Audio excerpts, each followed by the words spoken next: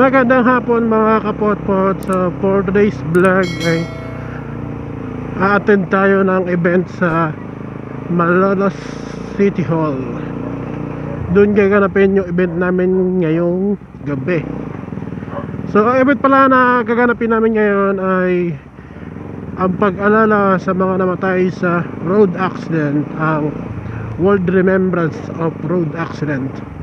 So ngayon siya, November 19, 2023, ganap na alas 6 ng gabi o ng hapon. Sa mga nagtatanong sa akin kung sumasahod na ba ako sa aking YouTube channel at Facebook page, hindi pa po. Kasi sa YouTube po ay 648 subscriber pa lang tayo. So napakalaking o napakarami na nun, pero kailangan natin ma-reach ang 1,000 subscriber para makapasok tayo sa requirements ni Facebook. At pagkatapos ay bubunuin naman natin ang 4,000 watch time hours. So kailangan mag-upload tayo ng maraming videos para makuha natin yon sa loob ng isang taon. Sa Facebook page naman po ay 2,282 pa lang ang ating followers. So nababawasan dyan kada araw at nadadagdagan. So sa mga nagbablog o sa mga nagsisimula mag-vlog, kung ang pake nyo lang ay kita o pera dito sa social media, ay mahihirapan kayo magsimula dahil napakatagal ng proseso para magkaroon ng pera dito sa Facebook page at sa YouTube channel.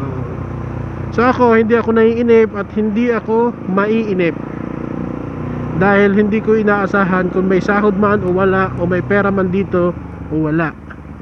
Ang ginagawa ko lang ay sineshare ko lang sa inyo ang aking experience o aking pinupuntahan para naman kahit papano maisama ko kayo sa aking mga lakad o sa ginagawa ng aking buhay.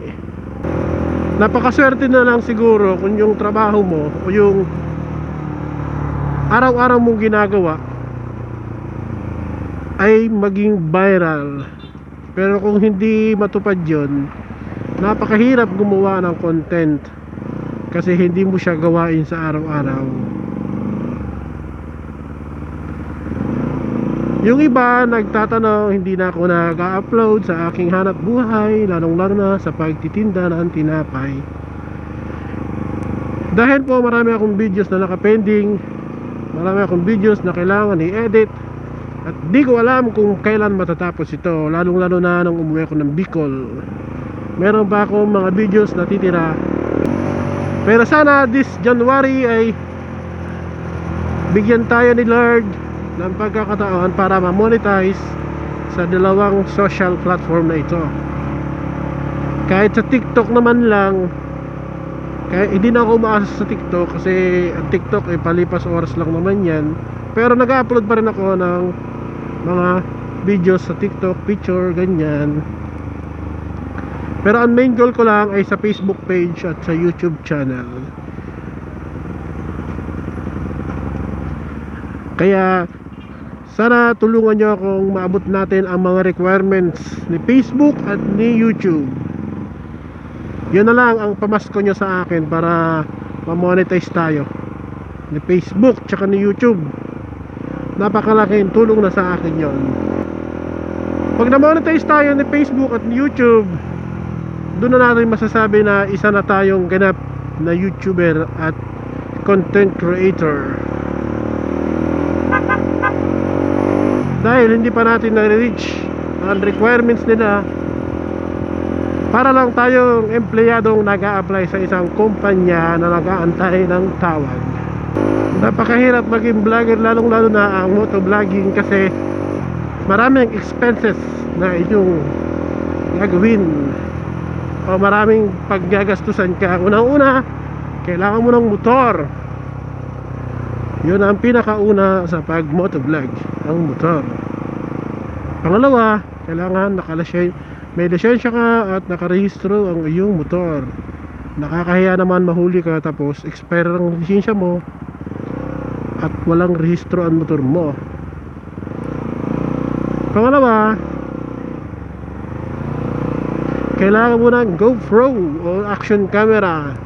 So ako, cellphone lang ang gamit ko, pero kailangan natin talagang bumili ng action camera para nabubukod yung ating ginagamit na cellphone, lalong lalo na kung tayo ay mag-Waze o mag-Google Map, mag-text, mag-chat, etc. na gagawin sa cellphone. So pag cellphone ang gamit mo, hindi mo magagawa lahat ng bagay na yon dahil ang cellphone mo ay nakakabit sa iyong helmet. Number 3, kailangan may maisip ka na magandang content na ma-appreciate ng manonood sa videos mo at babalik-balikan ka. Doon ako medyo hindi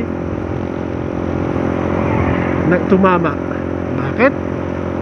Kasi yung vlog na ginagawa ko ay personal use only. Hindi siya totally ginawa para sa pag-vlog, o hindi siya made in vlogging. Ibig sabihin, hindi ako pumunta sa isang lugar, hindi ako nag-ride sa isang lugar para lang sa pag-vlog.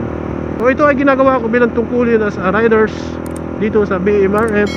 As an individual naman, pumupunta ako sa mga lugar hindi sa pag-vlog dahil may mga pinupuntahan ako ng ibang lugar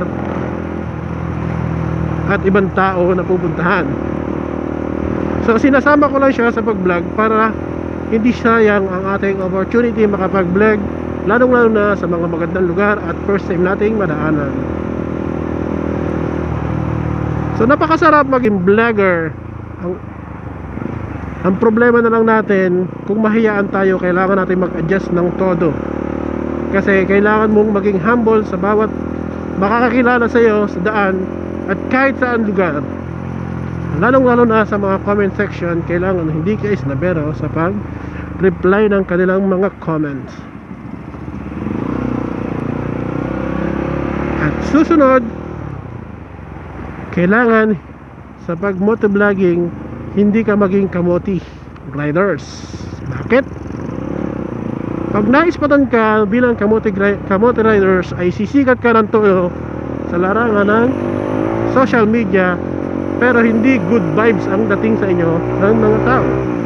Kailangan maging good Samaritan tayo. May cameraman, wala. Sa akin naman, pag-vlog, mas okay sa akin, hindi ko pinapakita yung mga magandang nagawa ko sa ibang tao, lalong-lalo na kung nakakapulot ako ng cellphone, bag, at kung ano-ano pa. Pero kung sakaling mahagip siya ng aking camera, pwede ko naman siyang ilagay sa aking social account. Pero kung napulot ko siya ng walang camera, hindi ko siya i-upload o hindi ko siya gagawa ng video para lang sumikat o mapansin. Itong video ay ginawa ko para pagdating ng panahon na pag nag-search ako ng pangalan ko sa Facebook at sa YouTube, makikita ko yung mga nagawa ko noon at maalala ng kahit sinong nakakilala sa akin kung anong mga ginawa ko ng panahong ito. Ika nga, remembrance. Kasi noon, kahit hindi pa uso ang social media, nag-iipon talaga ako ng mga pictures, video sa aking cellphone. Ang problema lang, pag umabot siya ng 1 taon, lumalabo at nagpuputol-putol at nasisira ang videos o ang picture ay lumalabo. Kaya mas mainam ilagay mo to sa social media account mo para naman yung quality ng videos niya hindi gaano mabawasan sa paglipas ng panahon. So napakasarap manood. Nakalipas ng 10 years, papanoorin mo yung videos na ginawa mo, lalong-lalo na kung wala kang ginagawa o naboboring ka. So yan, nandito na tayo sa City Hall. Hindi ko lang alam kung saan dito gaganapin. Hanapin na lang natin.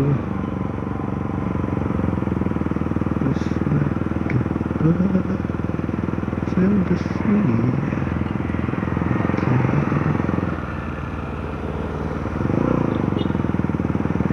Ang nakalagay doon sa GC ay alas 3 ng hapon.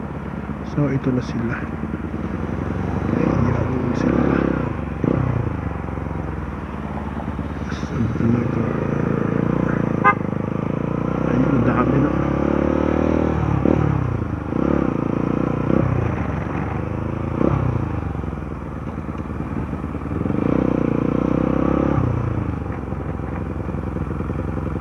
Ayan si Don Pang sa Sir Don Pang.